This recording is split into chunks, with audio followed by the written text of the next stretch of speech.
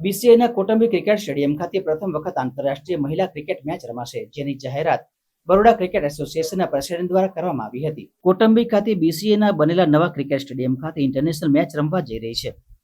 ભારત અને West Indies વચ્ચેની match મહત્વપૂર્ણ સીમાચિહ્નરૂપ છે, કારણ કે બીસીએ દ્વારા બનાવવામાં આવી રહેલા અદ્યતન સ્ટેડિયમ પર પ્રથમ વખત આંતરરાષ્ટ્રીય મેચ યોજાશે.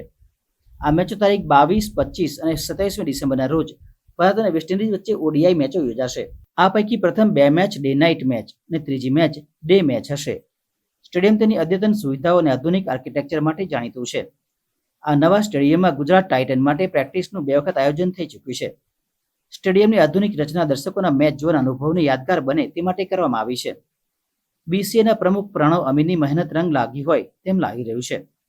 તેને બીસીસીઆઈના ચેરમેન સાથે ઇન્ટરનેશનલ મેચની માંગણી કરી હતી, ત્યારે હવે વડોદરા ઇન્ટરનેશનલ મેચ મળી ગઈ છે. બીસીએના પ્રમુખ પ્રણવ અમીને જણાવ્યું હતું, 2 ડે નાઇટ મેચ છે અને 1 ડે મેચ છે. So this is very important. આટલા વર્ષો પછી આવશે ઇન્ટરનેશનલ ક્રિકેટ.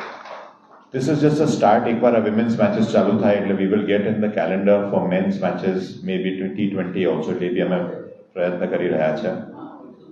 બીજો પ્રશ્ન હતો કે સ્ટેડિયમનો અને રસ્તાનો. તો સ્ટેડિયમના ડ્રોઈંગ્સ, ટેકનિકલ ડ્રોઈંગ્સ બધું ધ ગવર્મેન્ટ હેઝ અપ્રૂવડ. એ લોકોએ રસ્તો બી અપ્રૂવ કરી દીધો છે. BCA has already bought the land, parts of the land અમે ખરીદી છે, પાર્ટ્સ ઇઝમેન્ટ રાઇટ કરી છે.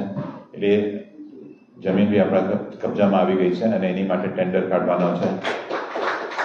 એટલે હોપફુલી રસ્તો બી સ્ટાર્ટ કરશો. આઈ થિંક નેક્સ્ટ અઠવાડિયે સ્ટેડિયમ કમિટીની મિટિંગ છે ત્યારે ટેન્ડર રિલીઝ કરશે રસ્તાનો. સો આ બેચ રસ્તો થઈ જશે, એટલીસ્ટ મોટરેબલ રસ્તો થઈ જશે. કદાચ કોન્ક્રીટ કે તાર નહીં કરે પણ મોટરેબલ થઈ જશે.